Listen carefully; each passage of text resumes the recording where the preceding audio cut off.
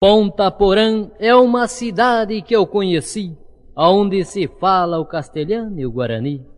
Lá eu deixei a terra altaneira, com as morenas linda e faceira. Quando eu recordo, sinto saudades de tua fronteira.